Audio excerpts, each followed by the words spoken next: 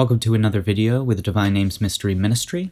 Today we are on Article 5 of Question 16 in the Prima Pars of St. Thomas Aquinas' Summa Theologica. So Question 16 has to do with truth, and Article 5 asks whether God is truth. Before I read the article, be sure to like the video and subscribe to the channel so you don't miss out on any future content. Alright, here we go. Objection 1. It seems that God is not truth, for truth consists in the intellect composing and dividing. But in God there is no composition and division. Therefore in him there is not truth. Reply to Objection 1. Although in the divine intellect there is neither composition nor division, yet in his simple act of intelligence he judges of all things and knows all things complex, and thus there is truth in his intellect. Objection 2. Further, truth, according to Augustine, is a likeness to the principle. But in God there is no likeness to a principle. Therefore in God there is no truth. Reply to Objection 2. The truth of our intellect is according to its conformity with its principle, that is to say, to the things from which it receives knowledge. The truth also of things is according to their conformity with their principle, namely the divine intellect. Now this cannot be said, properly speaking of divine truth, unless perhaps insofar as truth is appropriated to the Son, who has a principle. But if we speak of the divine truth in its essence, we cannot understand this unless the affirmative must be resolved into the negative, as when one says, "The Father is of himself, because he is not from another." Similarly, the divine truth can be called a likeness to the principle, inasmuch as his existence is not dissimilar to his intellect. Objection 3.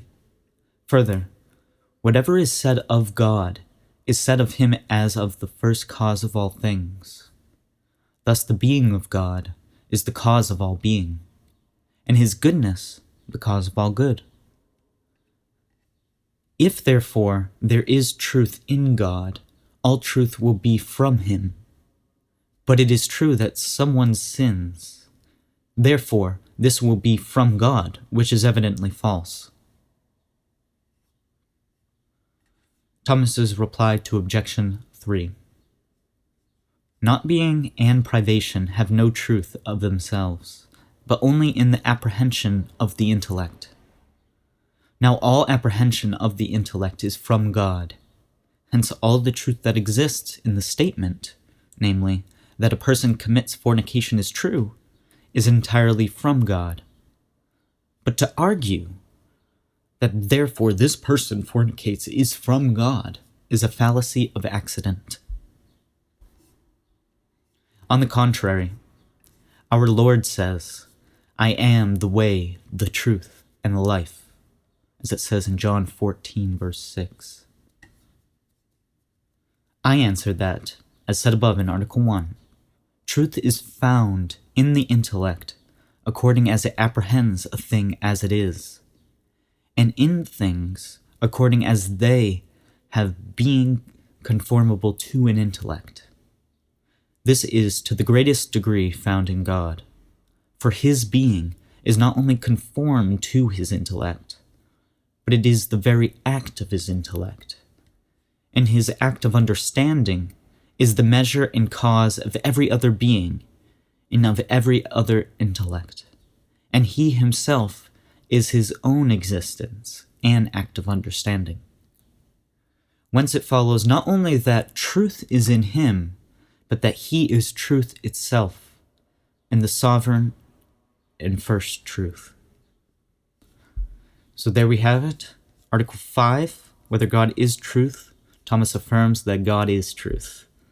For Jesus says, "I am the way, the truth, and the life." We'll see you in the next article, Article 6, in the next video. Thanks for watching.